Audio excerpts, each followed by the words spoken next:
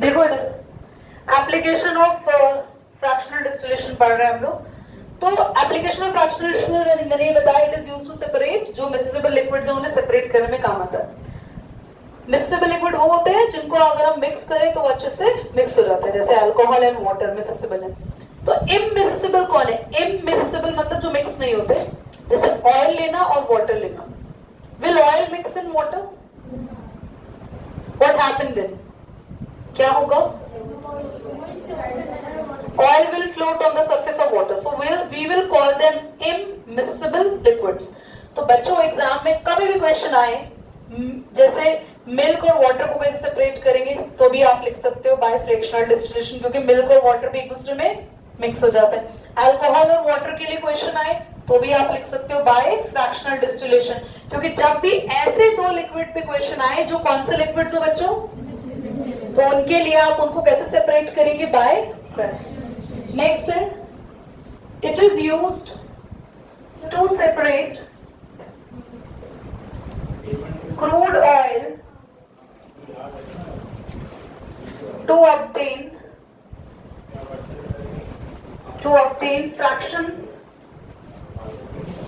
like kerosene, diesel, petrol, etc. Okay, board पे लिखेंगे सभी बच्चे, नोट कर लिया होगा आप लोगों ने। रेडी? क्लास ध्यान से सुनेंगे सभी बच्चे। सबसे पहले हम लोगों ने क्रूड ऑयल कितने बच्चों को पता है? क्रूड ऑयल होता है कच्चा तेल, रॉ तेल से हमें फ्रैक्शंस मिलते हैं लाइक कैरोसिन, एक मिनट,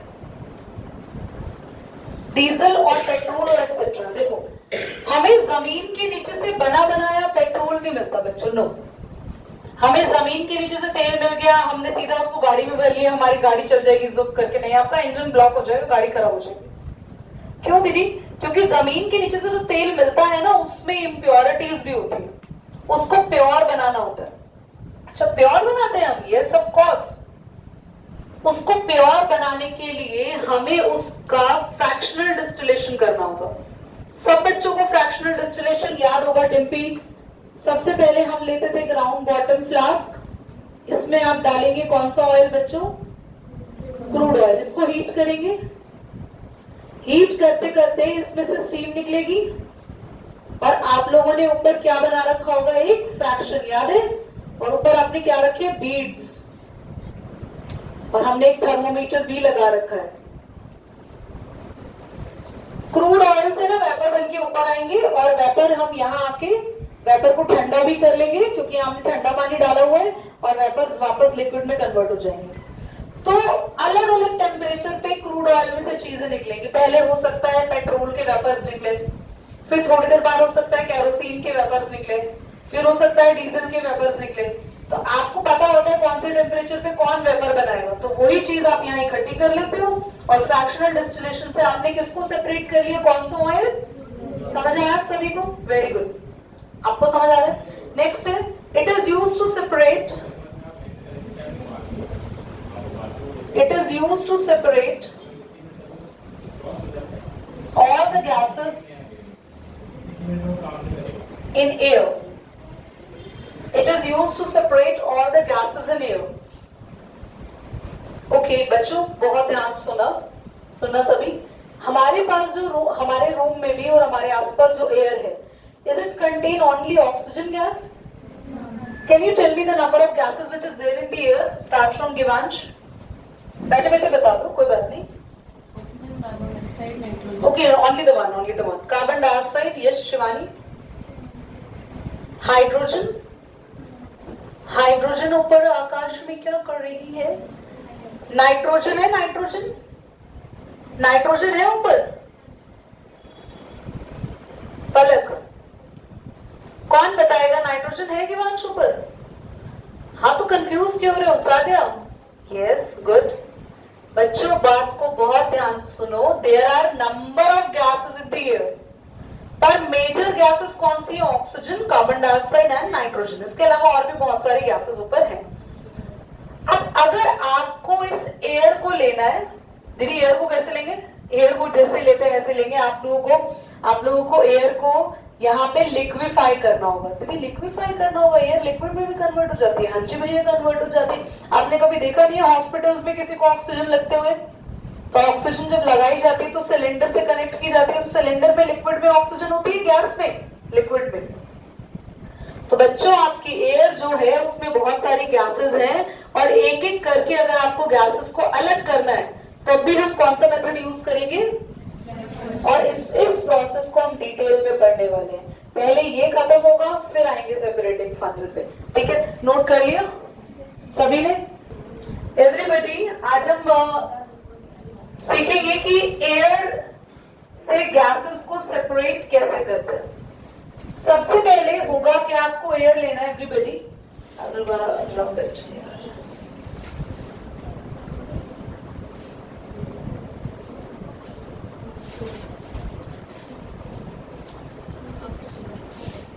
हेडिंग आपने डाली रखी है क्लास, सेपरेशन ऑफ एयर। सबसे पहले आपको क्या करना है? एयर को कूल करना है और साथ ही उसका रैपिड एक्सपेंशन भी करना है। ये रैपिड एक्सपेंशन क्या हो गया, जरा वो भी समझो। सबसे पहले एयर को ठंडा करना होता है और एयर को ठंडा करते कैसे ठंडा करते हैं? जहां भी एयर है वहां का टेम्परेचर बहुत कम कर दो, बहुत कम कर दो, अपने आप एयर ठंडी हो गई। जैसे जैसे एयर ठंडी हो जाती है उसको एक्सपेंशन कर रहे हैं, घुमा भी रहे हैं तेज-तेज। ये बार बार कर रहे हैं, फिर और ठंडा कर रहे हैं, फिर एक्सपैंड कर रहे हैं, फिर और ठंडा कर रहे हैं। ये प्रोसेस जब बहुत बार रिपीट होता जाता है तो एयर इतनी कूल हो जाती है कि वो किस में कन्वर्ट हो जाती है? लिक्विड में कन्वर्ट हो गई। समझ आया? फिर आप इसको क्या करेंगे? Fade into fractional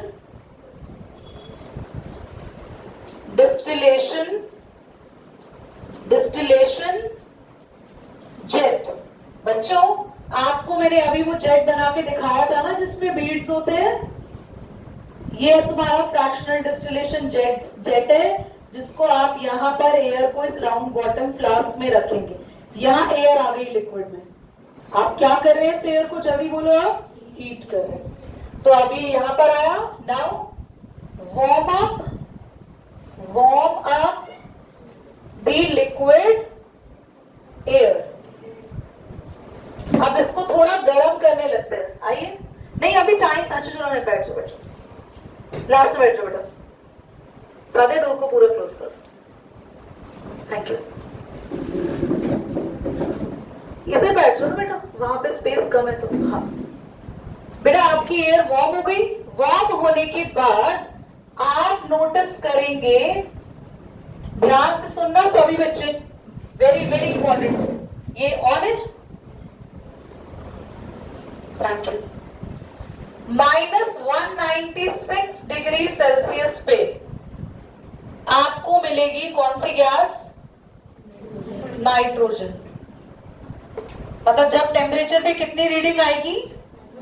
-196 degree Celsius पर आपको कौन सी गैस मिलेगी? नाइट्रोजन। आपको 3 गैसेस मिलेगी बेटा, नाइट्रोजन, आर्गन एंड ऑक्सीजन। आपके बुक में तीनों ही है शायद। तीनों ही है, देखो। और ऐसे ही आगे -186 डिग्री सेल्सियस पे मिलेगा आपको आर्गन और -183 डिग्री सेल्सियस पर मिल जाएगी ऑक्सीजन। समझ में आया? आप धीरे धीरे गर्म करेंगे तो टेम्परेचर धीरे धीरे बढ़ेगा ना। सबसे कम टेम्परेचर कौन सा है? गलत, क्योंकि माइनस का साइन है। सबसे कम टेम्परेचर कौन सा है? तो सबसे पहले नाइट्रोजन गैस मिल जाएगी आपको, फिर और गर्म करा और टेम्परेचर बढ़ेगा, फिर आर्गन, फिर और टेम्परेचर बढ़ेगा ऑक्सीजन। तो एग्जाम में लिख लेंगे, पूरा फ्लो चार्ट बनाइए जल्दी से, क्विक। इसके बाद हेडिंग क्लास अब हम पढ़ेंगे सेपरेटिंग फनल के बारे में। हेडिंग डाल लीजिए, बाय सेपरेटिंग फनल। हेडिंग डालेंगे बाय सेपरेटिंग फनल। नंबर 2, क्योंकि फ्रैक्शनल डिस्टिलेशन खत्म हो गया। Bye separating funnel. जल्दी से लिखेंगे बच्चों। इम्मिसिबल भी मत करो, सिर्फ समझेंगे आप सभी। ध्यान से देखना बच्चों, अगर आपके पास ऐसे दो लिक्विड है जो कि इम्मिसिबल है, जो मिक्स नहीं होते हैं, अलग अलग रहते हैं, तो मैंने आपके सामने लिया kerosene oil, kerosene plus water, ये दो लिया। तो ये दोनों को मुझे ना अलग अलग करना था, तो मैंने कैरोसिन एंड वाटर को इस सेपरेटिंग फनल में डाल दिया। थोड़ी देर के लिए जब आप ऐसा करेंगे तो जो भी चीज हैवी होती है दोनों में से वो नीचे आ जाएगी।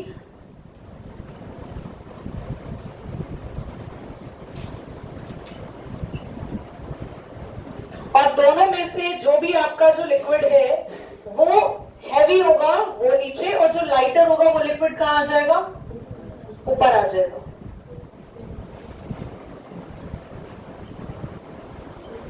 क्या दीदी हमें ऐसे बिल्कुल लिक्विड अलग अलग दिखेंगे? यस। थोड़ी देर के लिए आपको होल्ड करके रखना होगा। आप होल्ड नहीं करेंगे, क्लैंप होता है, स्टैंड होता है, उस पर आप लटका दो, उसको होल्ड करके रखो। आप नोटिस करेंगे आपका लाइटर लिक्विड ऊपर और हैवी लिक्विड नीचे आ जाएगा, ऑटोमेटिकली ये सेपरेट हो जाएंगे। तो बच्चों आपके पास लाइटर लिक्विड क्या है यहाँ पे? लाइटर लिक्विड ऑयल ही होता है ना, लिक्विड के ऊपर फ्लोट करता है ना, तो कैरोसिन ऑयल।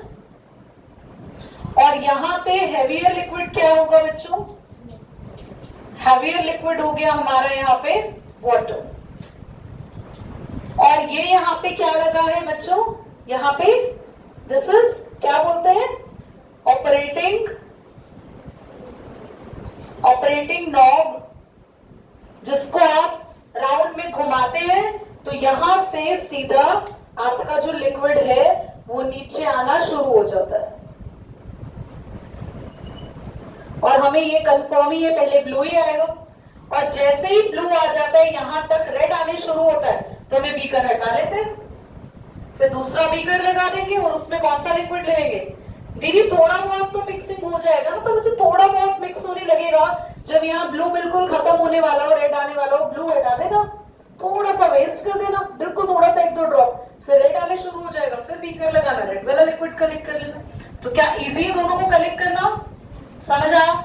ये कौन से लिक्विड्स के लिए? जो मिक्स हो जाते हैं या जो मिक्स नहीं होते? Kartik yes, immiscible liquids. जल्दी से ड्रॉ करें और यहाँ पे मेंशन भी कर दे, दिस इज